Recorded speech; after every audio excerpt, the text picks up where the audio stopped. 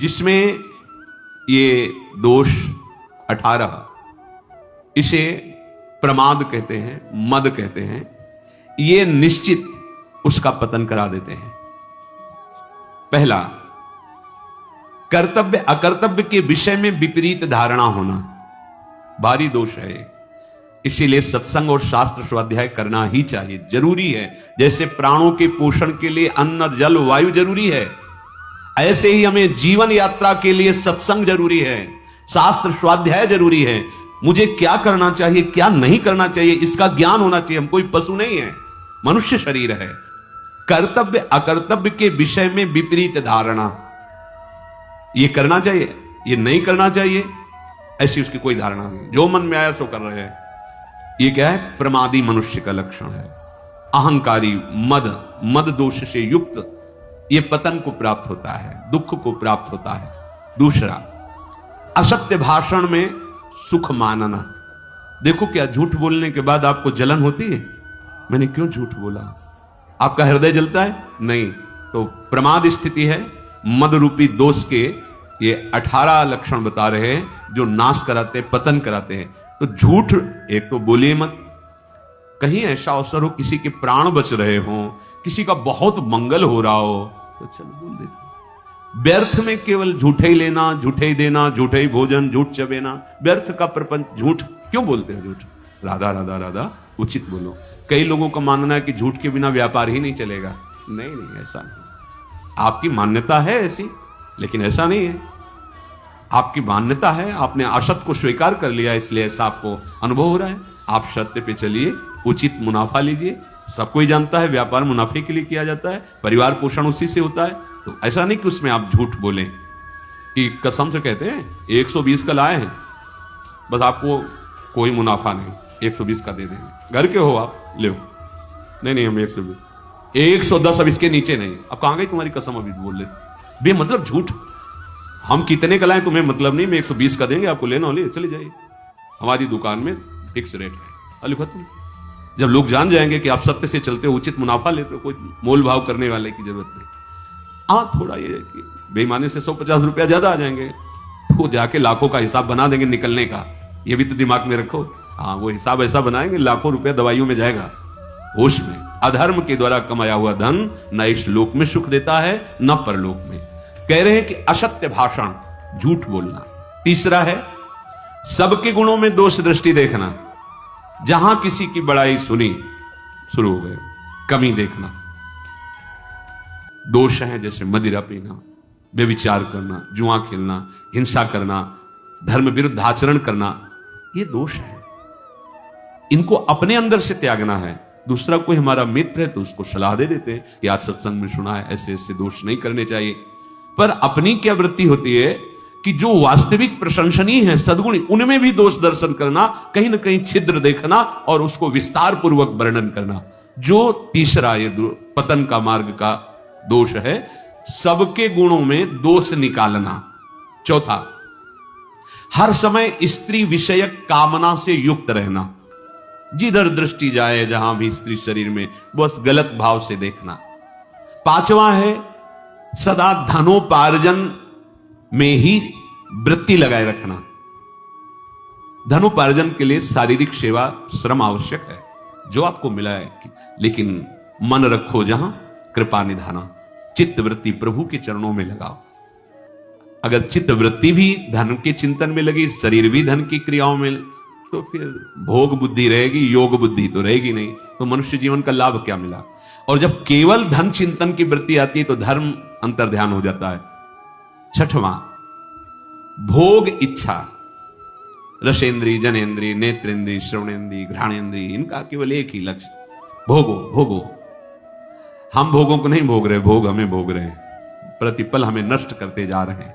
आयु, शक्ति, श्वास सब क्षीण हो रही, समझ में नहीं आ रहा, बस भोग चिंतन नहीं। आवश्यक भोग भोगने हैं, जल, वायु, भोजन, वस्त्र, उत्तम से उत्तम। जो धर्म विरुद्ध भोग हैं उनका त्याग, धर्मयुक्त विषयों का सेवन करते हुए प्रभु की तरफ चलना है। हमारा लक्ष्य प्रभु है। सातवां, क्रोध, हर समय गुस्सा नहीं, शांत रहो, शांत रहने का अभ्यास करो। शोक कुछ भी नष्ट हुआ, मार अंदर से टूट गए, अब क्या होगा, ऐसा नहीं। प्रभु हैं, आज असफल हुए हैं, कल हम सफल हो जाएंगे। उत्साह नहीं तोड़ना, शोकित नहीं होना। तृष्णा, जो भोग भोग चुके हैं उनकी याद में पुनः भोगों को भोगने की इच्छा। लोभ, अधिक से अधिक और भोग संग्रह हो जाए, संपत्ति हो जाए अधिक से अधिक। चुगली करना, किसी की भी बात सुनकर किसी और को बताना, ये सब पतन के मार्ग है। दाह, किसी के सुख को देख के जलना कि क्या करें जिससे इसका ये सुख नष्ट हो जाए, ऐसी वृत्ति होती है। ये दाह जो होती है ये बहुत डाइन स्वरूप होती है। हिंसा, किसी भी तरह से, वाणी से, शरीर से, संकल्प से किसी की हिंसा करना, दुख पहुंचाना। संताप, हर समय जलते रहना होता है। जब भगवत विमुख होता है तो हृदय जलता रहता है। शास्त्र में अविश्वास, शास्त्र की बातों में, ये जो मूढ़ पुरुष हैं, भोगी जन, संसार में आसक्त जन है, वो संत और शास्त्र वाक्यों पर अश्रद्धा करते हैं क्योंकि बुद्धि बहुत मलिन हो गई है। तो शास्त्रों में, संत वाक्यों में अरति और परम कर्तव्य की विस्मृति। परम कर्तव्य भगवत स्मरण, प्रभु को भूला हो। ऐसा जीवन है कि लगा है अमृत तो खा के आए हैं, मरने की तो याद ही नहीं है। बस कमाना, खूब भोग भोगना, बाल बच्चे, बस इतने में सीमित है। अरे भाई, ये तो यात्रा है, लेकिन लक्ष्य कहां है, जाना कहां है तुम्हें? कुछ क्षण के लिए तुम्हें है। ऐसे ही ब्रह्मलोक से देखो तो यहां कुछ क्षण जैसा लगता है। एक बार वो महाराज रैवत, बलराम जी की प्रिया का क्या नाम था, रेवती जी, महाराज रेवत, वो ब्रह्मलोक गए कि ब्रह्मा जी से पूछ लेते, कई राजकुमार देखे थे, उन्हीं से पूछ ले तुम भाग्य में कौन सा दूल्हा लिखे हो, सीधे बता दो, हम कहां ढूंढे।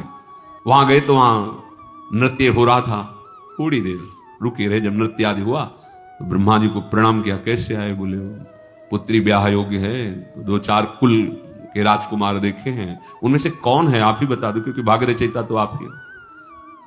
उन्होंने नाम बताया कि अमुक अमुक राजकुमारों को। अरे बोले, पता है उनकी कुल परंपरा नष्ट हो गई। बोले क्यों? बोले जितनी देर तुम नृत्य देखे वहां न जाने कितने युग बीत गए यहाँ के। समझो, वहां थोड़ी देर सभा में नृत्य हुआ तो यहां युग के युग बीत गए। तुम्हारा कितना समय, 80 वर्ष, 100 वर्ष। प्रिया प्रीतम भगवत चरणारविंद का चिंतन, भूले हुए कर्तव्य की विस्मृति, परम कर्तव्य की विस्मृति। अधिक बोलने वाला मिथ्या बोलेगा, प्रपंची होगा नहीं। साधक अधिक बोलने वाला बकवादी नहीं होता, गंभीर मुद्रा, मौन से कभी बोला तो मीठे और धीमे स्वरों में कुछ शब्द। ये जो उद्दंडता पूर्वक वाणी को व्यर्थ करते रहते हैं वो साधक नहीं होते हैं।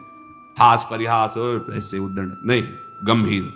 वो हर इंद्रिय की ऊर्जा शक्ति को संचित करते हैं और उसी के बल से विषयों पर विजय प्राप्त करके निरंतर भगवदाकार वृत्ति करते हैं। आप देखो, नेत्रेंद्रिय को बंद कर दिया गांधारी जी ने। जब सुना हमारे पति धृतराष्ट्र बाह्य नेत्र रहित है, बंद कर दिया, पट्टी बांध ली।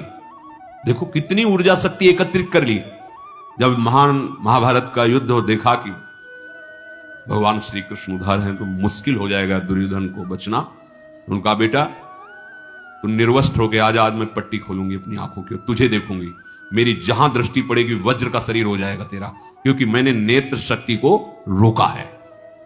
ये जो आप खर्चा कर रहे हो ना, ये साधु नासाग्र दृष्टि, नाम चिंतन भजन, उसकी हर इंद्रिय में पावर जो है वो समिट रहा है और उसी से ऊर्ध्व गति को प्राप्त। जितना आप इंद्रियों को खर्चा करेंगे विषय सेवन में, उतने ही अध्यात्म से गिरते चले जाएंगे। देखो नेत्र खोला, वो तो भगवान ने लीला करके होंगे। बच्चे हो क्या, मां के सामने ऐसे खड़े हो जाओगे? इतना तो ढक लो, पत्ते से ही ढक लो। भगवान अपने भक्त का प्रण पूरा करने के लिए कुछ भी कर सकते हैं। भीम ने प्रण किया था, जिसमें तुम ताल दे रहे हो कि बैठा लो द्रौपदी को निर्वस्त्र करके, इसी को महासंग्राम में तोड़ूंगा। तो अगर गांधारी की दृष्टि पड़ जाती तो भीम नहीं तोड़ पाते। वज्र का शरीर हो गया, चाहे जितना प्रहार करो कुछ बिगड़ने वाला नहीं। बस यहां सोनू ने कहा, बेटा चूक कर दी, यहीं से मारे जाओगे। देखो दृष्टि को रोका तो कितनी सामर्थ्य किया गई। पहले जैसे ऋषिजन थे, बोल दिए सहज में कि ऐसा ही होगा, वैसा ही होगा, क्योंकि वो कभी झूठ नहीं बोलते, कभी वाणी को व्यर्थ नहीं बोलते, क्योंकि उनकी जितनी वाणी की सामर्थ्य है वो सब संचय करते थे, सत्यवादी थे, निरंतर मंत्राकार वृत्ति रहती थी, तो उनकी वाणी सत्य होती थी, उनका निर्णय सत्य होता था, उनका दर्शन सत्य होता था, उनकी चेष्टाएं सत्य होती थी। यहां कह रहे कि जो अधिक बकवादी है, बहुत सावधान। उपासक चाहे स्त्री शरीर हो चाहे पुरुष शरीर, सबसे ज्यादा वाणी से अपराध होता है, इसको मौन रखिए। आवश्यक है तो उत्तर दीजिए, नहीं तो मौन शांत। फिर आप देखिए आपके मंत्र में बार बार वृत्ति। ये तो जो भजन करते हैं, देखो आप भजन जब में आपकी जब रुचि होगी तो बोलने की इच्छा नहीं होगी। अगर आप बोलना भी चाहोगे तो एक जलन होगी, ये क्रम रुक जाएगा जो चल रहा है। और अगर बोल पड़े और थोड़ी देर रुचि ले ली तो आप देखोगे मंत्र उसमें विक्षेप पड़ रहा है, वो रुक भी सकता है। बहुत सावधान। हम बोले तो भगवत चर्चाया हित सत्य प्रिय बात बोले, आवश्यक हो तो नहीं अपना नाम चलाएं, खूब सेवा करो, शरीर से खूब सेवा करो। ये जो लोग कहते हैं काम करते हुए भजन नहीं होता, अभ्यास ठीक नहीं है इसलिए ऐसा है। खूब सेवा होती है, खूब सेवा, सुबह से लेकर के शाम तक खूब सेवा करते रहो, पर भजन निरंतर चलता रहता है। भजन में ऐसी त्रुटि नहीं होती कि हमारी सेवा करते समय भगवत विस्मृति हो जाए, नहीं, अभ्यास की कमी के कारण। तो अपने को बड़ा समझना, अपने को श्रेष्ठ समझना, जिसमें ये दोष 18 है, वो पुरुष निश्चित पतन हो जाएगा, निश्चित। वो जिसे नाश शब्द कहते हैं, नाश का मतलब होता है स्मृति का नाश, आनंद का नाश, उन्नति का नाश, जो आपको मानव देह में परम लाभ मिलना था उससे आप पतित हो गए।